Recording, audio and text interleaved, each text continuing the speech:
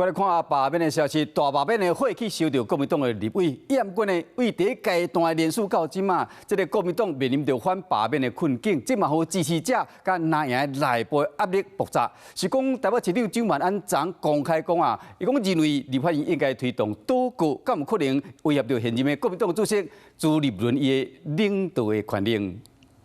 就是我们必须站出来的时候，我认为立法院应该推动倒戈。我也没有任何党职，我就提出一个主张。开出倒戈的头一枪，反射让蓝营内部的压力释放。如果赖清德总统因此解散国会，大家可以有个更全面的角度来思考问题，决定台湾的走向。面对台北市的立委防罢免的压力，无当一束缚的蒋万安，倒戈嘛毋是起家凊彩讲，嘛互守伫咧北检规暝朱立伦，就搁再赶去立院党团内部做参详。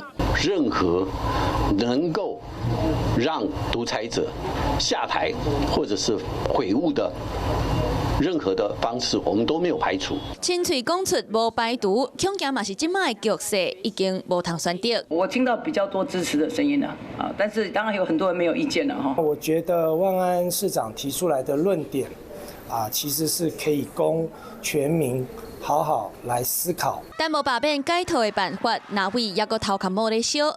那原本就是为靠我罗秀燕迄边的人所传出的倒戈，当时煞互党中央的高层封杀。有那么多人会挺身而出，用不同的方式或者发言，非常有勇气哈，非常了不起。空中来呼应，互党魁的竞争，搁加一寡骂声。